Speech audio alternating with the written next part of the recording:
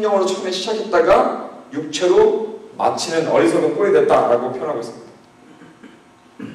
이 갈라디아 교회는 사도 바울 같은 훌륭한 분에게 직접 말씀을 듣고 교회가 세워진 것입니다. 이런 자들이 이런 오류에 쉽게 빠졌다면 우리도 역시 이런 오류에 빠질 수 있다는 것을 우리가 다시 한번 우리 자신을 봐야 됩니다. 오늘날 우리는 성령으로 시작했다가 어떤 경우에 육체로 빠지는 경우가 있지 않는가? 분명히 나는 처음에 신앙생활 때 성령으로 시작했는데 현재 나는 어떤 부분에서 육체로 빠져있지 않는가? 나도 혹시 현재 육체로 지금 신앙생활하고 있는 건 아닌가? 처음 그리스도를 믿을 때는 말씀을 듣고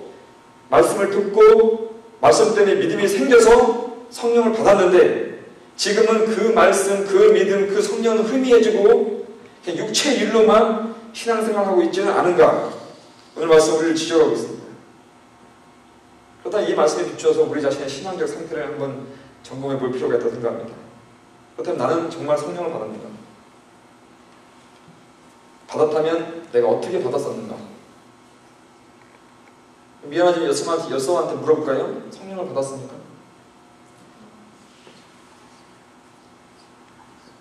그럼 성령을 받았다는 의미가 무엇입니까? 성령을 받았다. 오늘 저희가 읽은 말씀은 갈라디아 3장 말씀인데 바로 앞에 2장 맨 끝에 보면 사도가 이런 말을 하고 있습니다. 나는 그리스도와 함께 십자가에 못 박혔습니다. 이제 살고 있는 것은 내가 아닙니다. 그리스도께서 내 안에 살고 계십니다. 내가 지금 육신 안에서 살고 있는 이런 삶은 나를 사랑하셔서 나를 위하여 자기 몸을 내어주신 하나님을 믿는 믿음 안에서 살아가는 것입니다. 이 말씀에서 보면 그리스도께서 내 안에 살고 계시다라고 표현하고 있습니다. 근데 바로 뒤에 이제 3장에서는 성령을 받았다라고 표현한 것입니다. 그러므로 그리스도께서 내 안에 살고 계시다는 그것이 이 성령을 받았다는 다른 표현인 것입니다.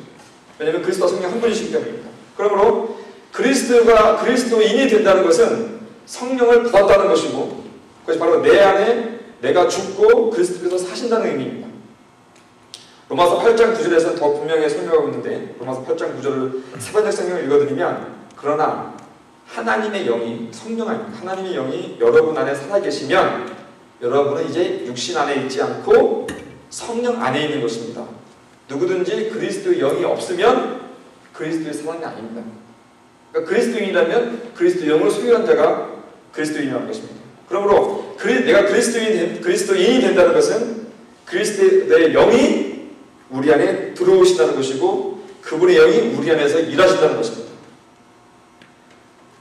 그렇다면 나는 성령 받은 사람입니까?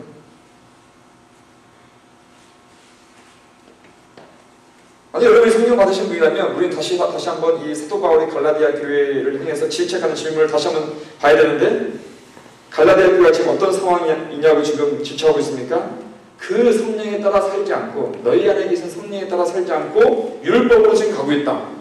육체로 빠져가고 있다라고 지금 표현하고 있습니다. 그 말은 갈라디아 교회 사람들이 성령에 따라 살지 않고 육체에 빠져 있다. 그 말은 여기는 우리 역시 성령을 소유했음에도 불구하고 성령에 따라 살지 않고 육체로 율법으로 빠질 수 있다는 것을 지금 경고하고 있는 말씀입니다.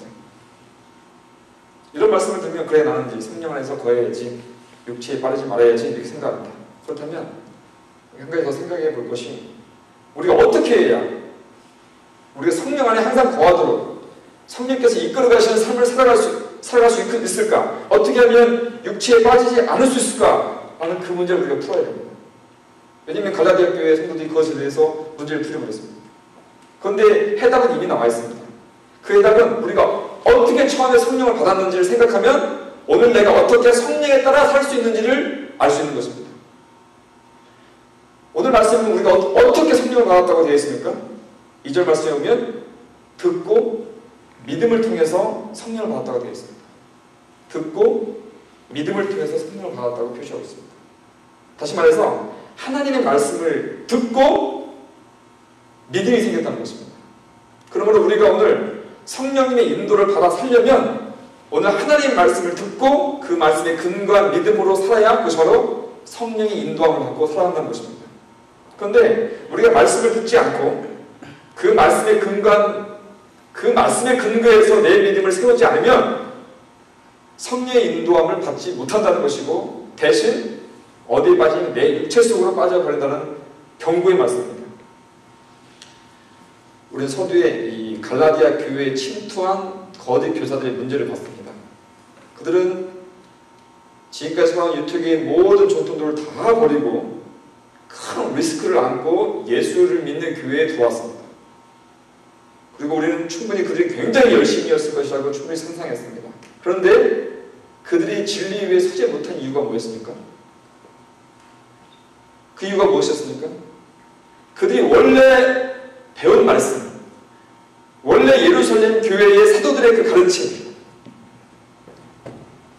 지키지 못했기 때문에 이 잘못된 복음으로 빠지지 않았습니까? 또한 갈라디아 교회 성도들 역시 사도 바울의 가르침을 끝까지 제대로 지키지 않고 그 말씀에 근거해서 믿음을 유지하지 않고 다른 것에 이렇게 기회를 주었기 때문에 이단에 빠진 것입니다. 그래서 그들이 이단에 빠진 이유는 당시 사도들의 말씀 속에 거하지 않았기 때문이라고 할 수 있는 것입니다. 당시 사도들의 말씀에 거하지 않았던 것입니다. 당시 그 사도들의 말씀이 오늘 우리가 읽는 신약 성경이 된 것입니다. 이렇게 보면 말씀 속에서, 그리고 그 말씀이 선포되는 예루살렘 교회 같은, 아니면 갈라디아의 원래 교회 같은 그런 교회 공동체 속에 속하지 않을 경우 큰 문제가 올 수 있다는 것을 우리는 오늘 알 수 있는 것입니다.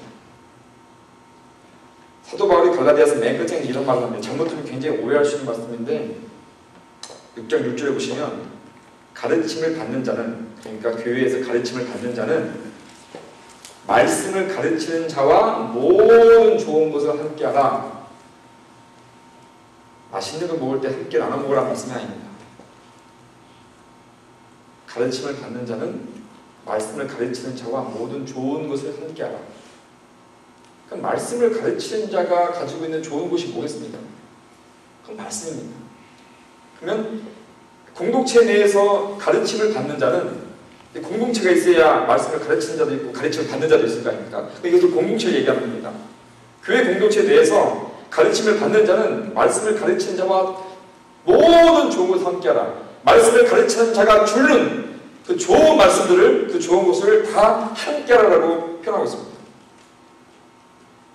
교회의 말씀을 가르치는 자가 가르치는 그 좋은 것을 함께하는 말씀으로 우리는 이해해야 됩니다. 그러므로 초대교회 이 교회 공동체를 굉장히 소중하게 생겼던 사도 바울의 입장처럼 지금 여전히 우리가 교회 공동체를 소중히 생각하고 교회 공동체를 통해서 주시는 하나님의 말씀을 소홀히 해서는 절대 안 되는 것입니다.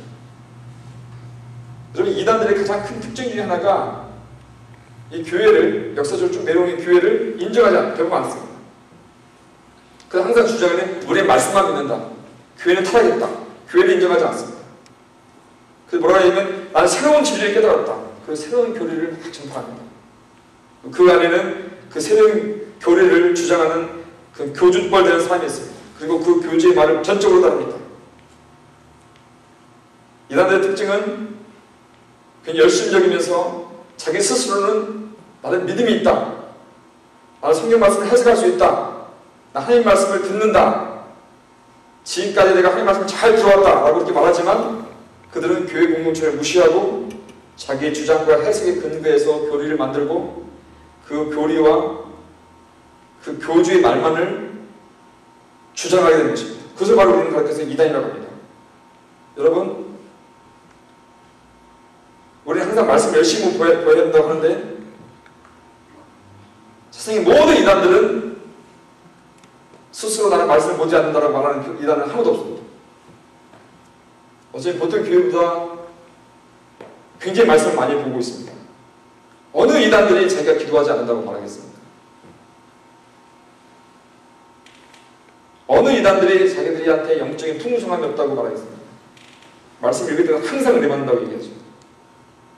모든 이단들도 나름 자신들의 영적 파워가 있고 자신들의 영적인 해석이 있고 자신들 나름대로 깨달음이 있다고 합니다. 열심도 있습니다. 또 주변에서 인정도 받습니다. 그러나 이단은 성경과 함께 자기 교리를 내세웁니다. 그리고 교회를 인정하지 않습니다. 그리고 교주를 숭상합니다. 교주의 말을 성경의 말씀에 위치해 놓습니다. 그것이 이단입니다. 이단은 대부분의 말들, 이단에서 얘기한 대부분의 말들이 정통교회하고 굉장히 비슷합니다. 그런데 몇 가지 중요한 주장들이 정통교회에서 얘기하는 진리와 맞지 않기 때문에 우리는 그것을 가리켜 이단이라고 하는 것입니다. 더 나아가 더 중요한 사항이 있는데 이단들은 그들의 중심에 예수 그리스도를 두지 않습니다. 예수 그리스도를 말하지만 그들의 중심에 예수 그리스도가 있지 않습니다. 서두에서 살펴보았듯이 사도 바울이 골로새 교회에 보낸 편지에서 그러나 너희가 그리스도 예수를 주로 받았으니 그 안에서 행하되 그리고 주 안에서 뿌리를 받으며 주 안에서 세움을 받고 주 안에서 교훈을 받은 대로 믿음에 굳게 서서 감사함을 넘치게 하라. 누가 철학과 헛된 소문수로 너희를 사로잡을까 주의하라. 이것은 사람의 전통과 세상의 초등학문을 따름이요 그리스도를 따름이 아니에요. 굉장히 경고하고 있습니다. 그래서 우리는 정말 예수 안에 내가 뿌리를 받고 예수 안에서 내가 세움을 받고 그분의 교훈을 받은 대로 믿음에 굳게 서서 감사함을 넘치게 됩니다. 우리가 읽은 갈라디아서 맨 뒷장 6장 14절에서는 이렇게 사도 바울이 고백하고 있습니다.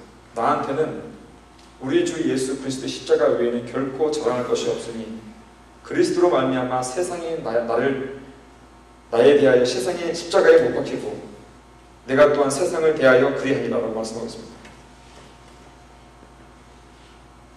오늘 말씀의 키 이슈는 내가 어떻게 성령의 인도함을 받는 문제입니다. 어떻게 내가 성령의 인도함을 받으면 하루로 살 수 있을까? 오늘 말씀의 근거에서 보면 실패한 사람들 통해서 교훈을 얻을 수 있는 것은 무엇입니까? 우리가 말씀을 드려야 됩니다. 그리고 그 말씀 위에서 그 말씀을 근거해서 내 믿음을 세워야 됩니다. 내 확신이 아무리 강하다고 해도 말씀에 근거하지 않는 내 확신은 그건 이단을 만들기 쉽습니다. 그리고 중요한 한 가지는 교회 공동체를 통해서 성령께서 주시는 해석을 드려야 됩니다. 하나님의 교회를 편히 주시는 것이 아닙니다. 교회 공동체를 통해서 주시는 성령님의 해석을 듣지 않으면 자기 주장과 자기 해석의 오류에 빠지기가 너무나 쉬운 거죠. 또한 이 모든 것 위에 내 삶 속에 항상 예수 그리스도가 내 삶 속에 중심이 되어서 사도 바울이 갈라디아 6장에서 고백한 대로 내가 매일매일 내 모든 것이 십자가에 못 박혔다는 것을 나는 이미 죽었다는 것을 인정하고 죽은 나를 다시 십자가에서 끌어내리지 말고 내 안에서 살아 역사하시는 그리스도께 내 삶을 맡겨야 됩니다. 이미 못 박혀 이미 죽은 내 자신을 인정하지 않으면 성령에 따라 살 수 없습니다. 성령께서 내 안에 오셨다는 것은 내 안에서 성령께서 그분이 원하시는 삶을 내가 살 수 있다는 약속입니다. 우리에게는 그런 약속이 있는 것입니다. 성령께서 내 삶 속에 나를 죽이시고 내 삶 속에서 나를 통해서 그분이 원하시는 삶을 살기 원하시고 그분이 원하시는 삶을 나를 통해서 하시겠다는 약속입니다. 단순히 구원은 내가 지금 죽어서 천국 가는 것이 아니라 성령께서 들어오셔서 내 아이의 주인이 되셔서 나를 통해서 하시고자 하신 일을 하시겠다는 것입니다. 근데 우리에게는 내가 그것을 못한다라는 자꾸 반대가 있는 것입니다. 근데 내가 못한다라고 얘기하는 그 주체는 이미 십자가에 죽었다고 성경은 얘기하고 있습니다. 그런데 우리는 자꾸 죽은 존재에 의지를 하는 것입니다. 이미 죽은 존재에 의지하고 이미 나의 새로운 정체성, 성령을 통해서 내가 오늘 할 수 있다는 그 정체성은 자꾸 축소시키고 이미 죽어서 아무 일도 못하는 그 존재에 자꾸 내 자신을 맡기니까 성령으로 시작했다가 육체로 빠지는 것입니다. 우리에게는 대단한 복음이 있습니다. 무엇이냐면 주님께서 내 안에 들어오셔서 그분께서 원하시는 일, 나를 통해 하시고자 하시는 일을 하시겠다고 약속을 하셨고